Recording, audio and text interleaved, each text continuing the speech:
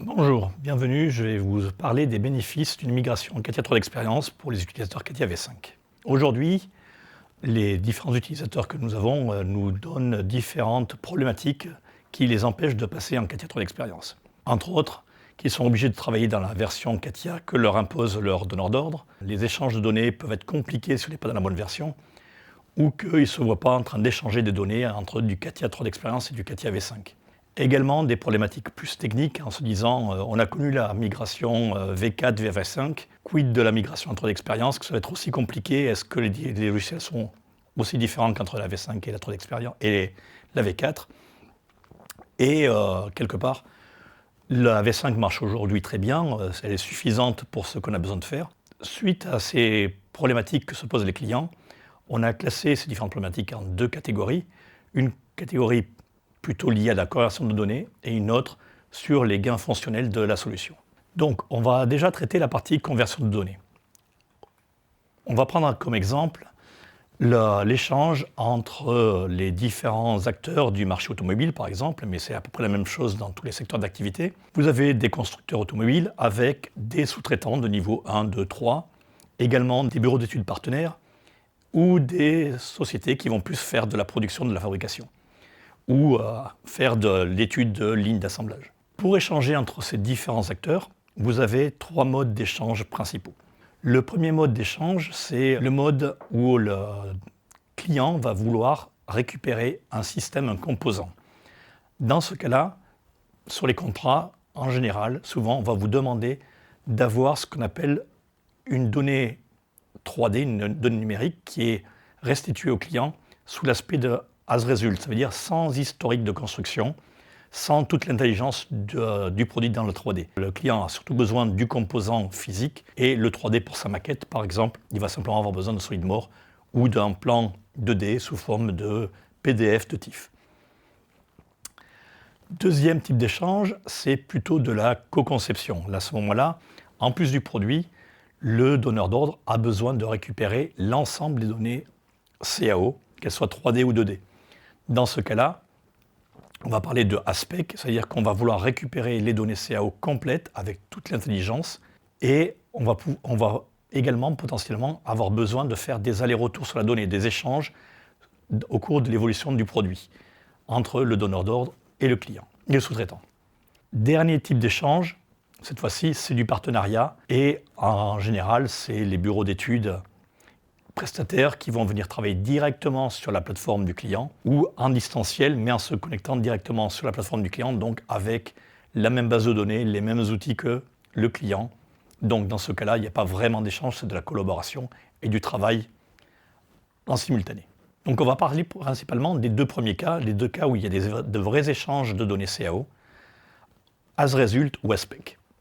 Dans le cas où on échange aspect, donc là, on va vouloir récupérer l'ensemble de l'historique, donc avoir l'arbre de construction d'un assemblage, par exemple, avec à l'intérieur les différentes parts, avec les différentes fonctionnalités des parts, les attributs, les propriétés, mais également l'arbre de construction avec les différentes extrusions ou esquisses qu'il y aurait à l'intérieur.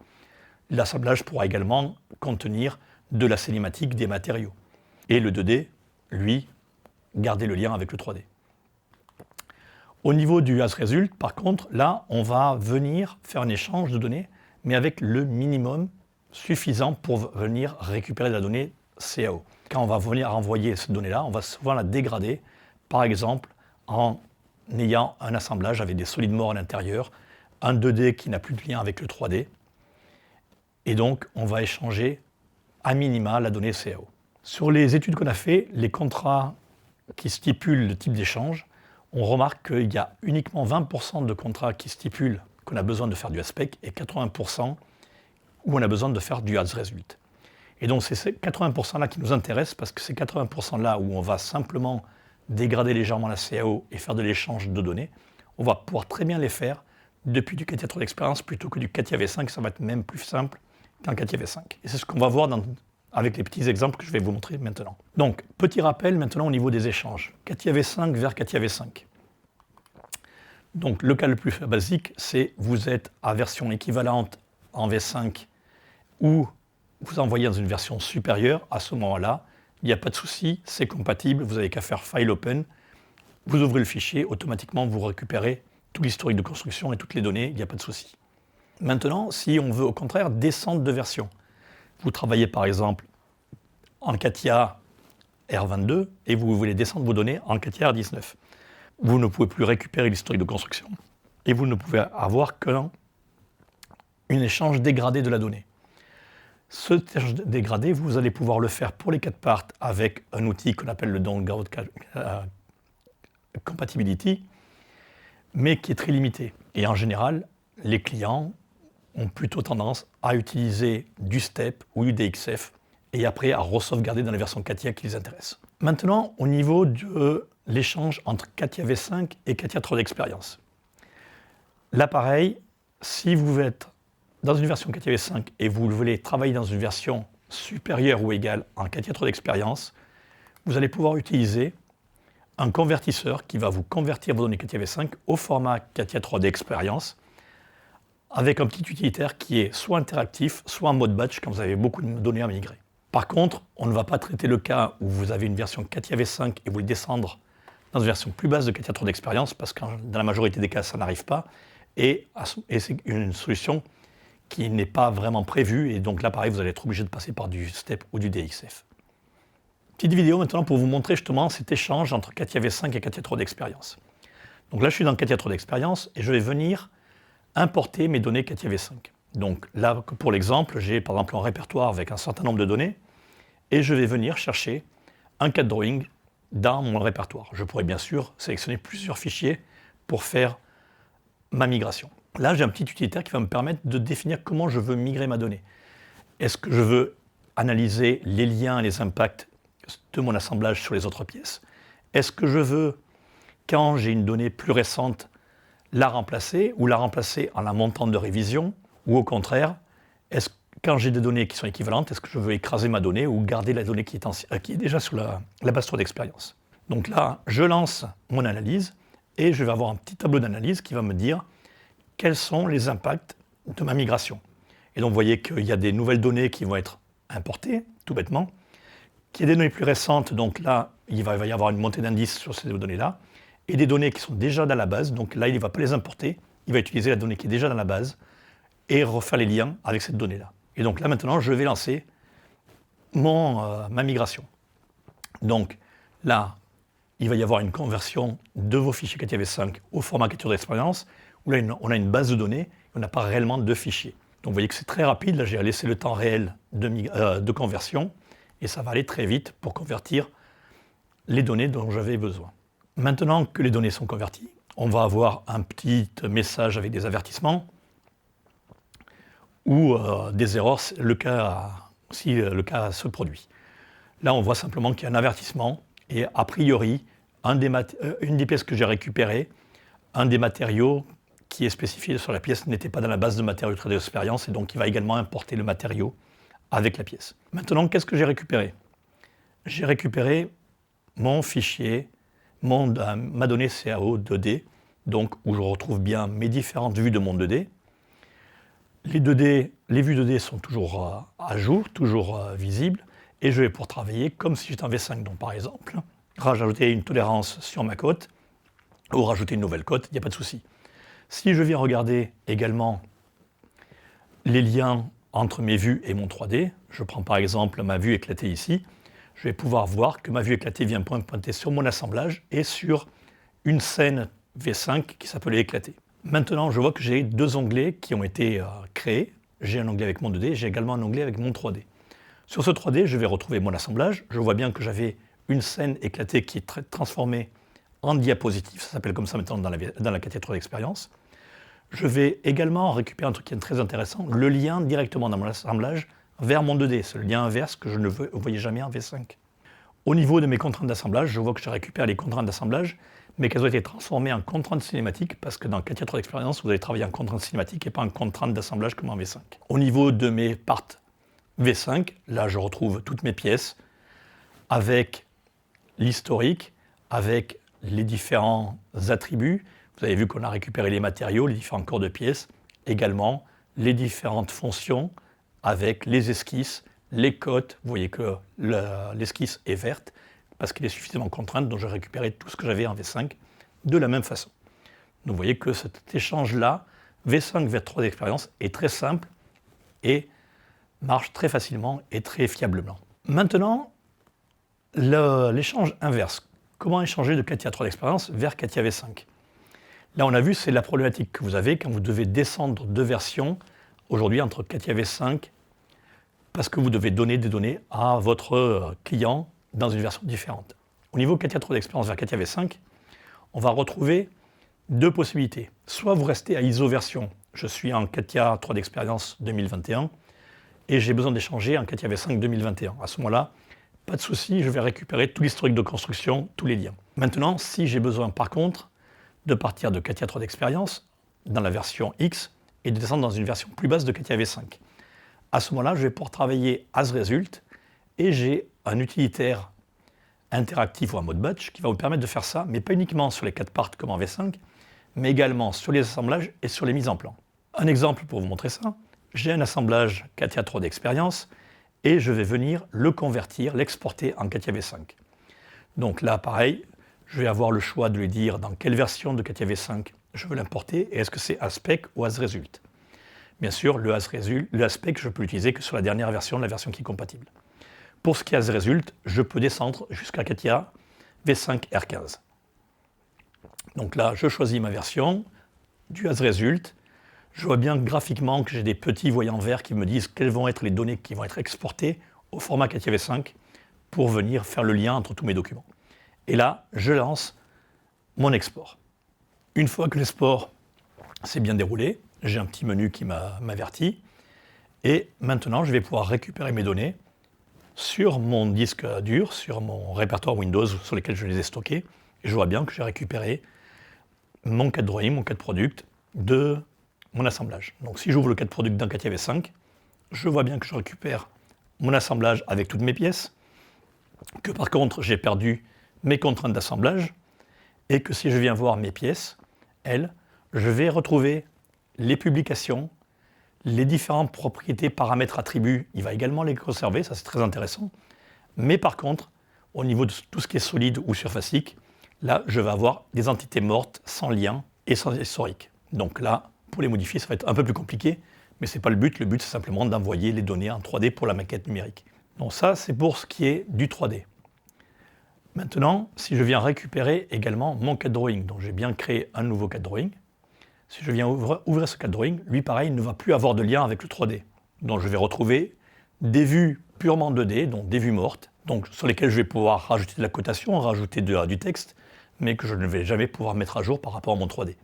Là pareil, ce n'est pas le but c'est simplement d'avoir une trace du 2D et sans doute de pouvoir facilement venir l'imprimer par exemple ou le distribuer aux différents acteurs du projet. Donc vous voyez que très facilement maintenant, et beaucoup mieux qu'en V5, on sait descendre d'une version de CATIA à une version inférieure pour récupérer les données nécessaires de l'échange AsResult. Que va vous apporter également CATIA 3D expérience ? On a vu une autre des questions qu'on se posait, c'était est-ce qu'il y avait un gain de performance ou de fonctionnalité avec du CATIA 3D expérience ?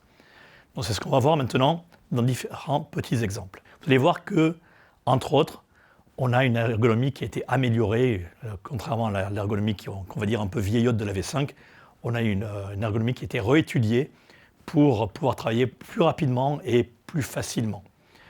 Également, on va retrouver un vrai lien avec la base de données et avec la partie gestion de données de la 3D expérience. Et également, différentes fonctionnalités qui sont ou nouvelles ou qui existent en CATIA V5 mais dans des modules un peu exotiques et qui ont été redescendus de base dans CATIA 3D expérience. Premier exemple, conception en solide par design. Donc là, j'ai un assemblage, je vais venir ouvrir ma pièce toute seule. Je vois que j'ai déjà quelques esquisses pour travailler. Et là, au niveau de l'ergonomie, on va voir qu'on va pouvoir directement travailler sur les esquisses avec la souris sans venir chercher les fonctions. Donc directement, dès qu'on a sélectionné l'esquisse, on va avoir un menu qui va s'afficher, qui va nous permettre de définir est-ce qu'on veut faire une extrusion, une poche, parce que c'est ce qui est le plus logique avec une esquisse. On va pouvoir, comme ça, tirer directement à la souris nos contours et venir même s'appuyer sur des plans sans avoir besoin d'éditer la fonctionnalité. Par contre, si je viens maintenant éditer ma fonction d'extrusion, je vais voir qu'il m'a bien gardé un lien vers mon plan et que ce n'est pas une valeur numérique quelconque. Donc ça, c'est la première fonctionnalité que vous avez, c'est cette interactivité beaucoup plus rapide avec directement à la souris des fonctionnalités qui apparaissent. Vous avez ce qu'on appelle le pavé d'action qui va vous permettre également de rajouter des favoris, donc les fonctionnalités que vous utilisez le plus souvent. Vous allez pouvoir les retrouver dans ce menu-là, proche de votre souris pour pouvoir les sélectionner et pas besoin de vous balader dans les différentes barres d'outils. On va retrouver par contre la même utilisation des fonctions. Vous voyez que là, sur une fonction de dépouille, on va retrouver quasiment le même menu qu'en V5, donc vous n'êtes pas perdu au niveau du transfert entre la V5 et la 3 d'expérience. Un utilisateur V5 peut très facilement venir retravailler en CATIA 3 d'expérience.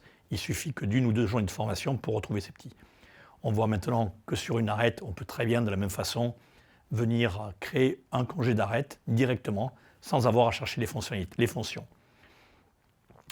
On va retrouver les fonctions avancées de CATIA V5 également en CATIA 3 d'expérience, comme par exemple les opérations booléennes et les ajouts partiels de matière. Maintenant, une fonctionnalité qui existe en CATIA V5 mais dans un module spécifique, et là qui est descendu de base dans les fonctionnalités de base, c'est la mise en place de congés automatiquement sur la pièce. Donc ça, on va pouvoir sélectionner les faces qu'on ne veut pas rayonner, et par contre, toutes les autres arêtes de la pièce vont être rayonnées automatiquement, sélectionnées et rayonnées automatiquement avec la bonne valeur. Donc ça, c'est une fonctionnalité en plus au niveau CATIA 3 d'expérience. On avance un petit peu dans la conception, et là, maintenant, on va voir ce qu'on peut faire également, par exemple, sur les trous. Donc là, je vais décomposer ma répétition en des trous un peu séparés, un peu indépendants. Ça, on pouvait déjà le faire en V5. Et on va maintenant venir modifier ces trous. Et donc, je vais retrouver mon menu trous un peu identique à la V5. Et pour ceux qui sont en train de travailler en V5 sur les dernières versions de la V5, vous allez voir des fonctionnalités qui existent déjà en V5 sur les dernières versions, entre autres les catalogues de lamages, où on peut venir rechercher des lamages standards et plus avoir à taper les valeurs une à une.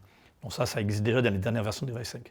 Quelque chose qui est par contre très intéressant, c'est le copier-coller sémantique, où là, facilement, je peux faire un copier-coller des propriétés d'un trou sur d'autres trous.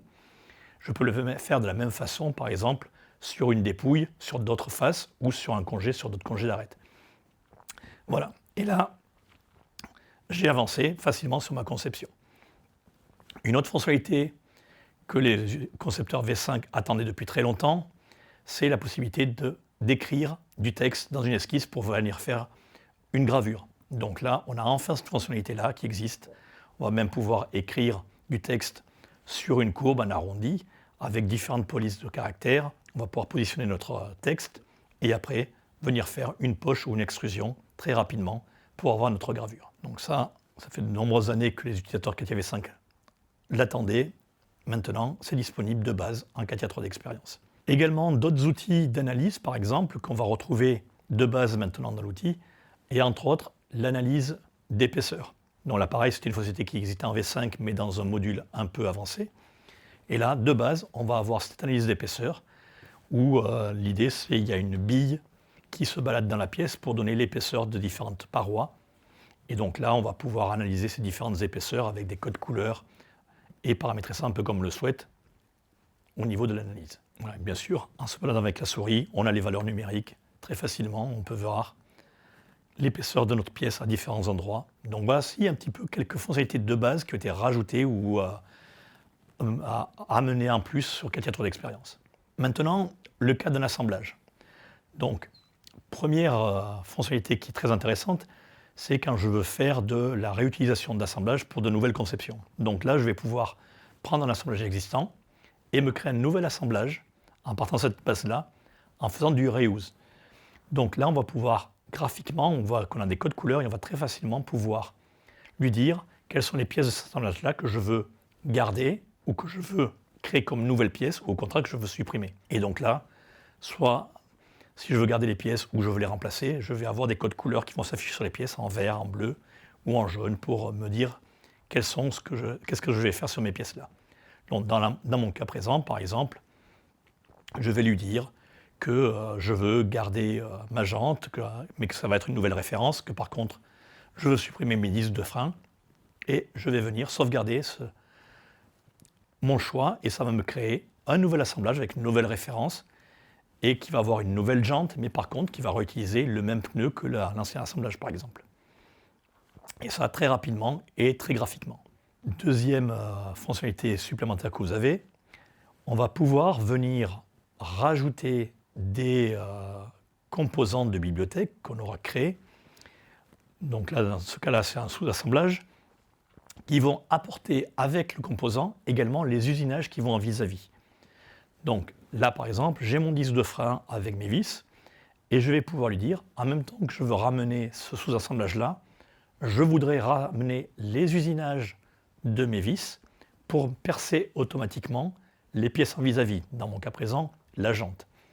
Donc je vais définir quels sont les usinages que je veux ramener, de quelle façon, grâce à un menu interactif. Voilà, je pourrais avoir différents types d'usinages suivant le cas sur lequel je veux implémenter mon disque de frein. Et une fois que j'ai défini ça, je vais simplement venir rajouter mon disque de frein dans mon assemblage, avec le menu spécifique pour ramener les usinages. Et très rapidement, je vais ramener mon disque de frein. Il va être assez intelligent pour me proposer de le ramener soit d'un côté, soit des deux côtés. Donc là, pareil, c'est un choix que je peux faire. Et en même temps qu'il va me ramener ce sous-assemblage dans mon assemblage principal, il va également me ramener les usinages qui va venir impacter au niveau des pièces qui vont être percées, donc de ma jante. Et donc si je viens cacher mon disque de frein, je vais voir en face les perçages de ma jante qui sont liés à mon disque de frein. Bien sûr, si je déplaçais mon disque de frein, si je faisais une rotation sur mon disque de frein, automatiquement, les perçages suivraient mes vis. Au niveau de la sauvegarde, pareil, toujours cette facilité avec beaucoup plus de graphisme qu'en V5, où je vois directement mes pièces qui vont être coloriées sur différentes couleurs, si elles sont modifiées, si elles sont nouvelles, etc., pour savoir qu'est-ce que je dois sauvegarder et de quelle façon. Bien sûr, également le menu pour venir à la volée, changer de révision ou de maturité de ma pièce en lui disant ma pièce, je la valide, elle est toujours en traitement, etc. Voilà, différentes fonctionnalités vraiment liées à la base de données que j'ai de base maintenant en CATIA 3D Experience. Un nouvel exemple des fonctionnalités supplémentaires qui sont maintenant disponibles en CATIA 3D Experience. Le travail avec des solides morts. Donc ça, c'est toujours une problématique. Donc là, j'ai un solide sans historique et je vais pouvoir facilement, avec ce nouvel atelier, venir reconnaître différentes fonctionnalités comme les congés, les trous, etc. Et venir comme ça facilement, par exemple, sélectionner un congé d'arête, le supprimer pour le refaire avec une valeur différente ou à la place mettre par exemple un chanfrein. Je vais pouvoir également venir sélectionner des faces pour venir faire des extrusions ou des poches sur ma géométrie. Et avec la possibilité de faire mon extrusion en gardant la logique de la dépouille qui était sur les faces autour, ou au contraire de ne pas garder la dépouille si je n'en avais pas besoin. Je vais pouvoir également rajouter des contraintes sur mes différentes pièces, sur ma pièce, et par exemple contraindre entre mes deux trous pour qu'ils restent toujours à la même distance. Et par contre, maintenant que j'ai contraint ces deux trous entre eux, je peux très bien prendre ces trous à la boussole et les déplacer dans mon solide, et ils vont déformer ma pièce sans impacter le reste des éléments de construction. Voilà, très rapidement, comment on peut déplacer. Maintenant, par exemple, en le déplaçant, je pourrais très bien mettre une contrainte par rapport à ma face si je voulais avoir une valeur exacte de déplacement.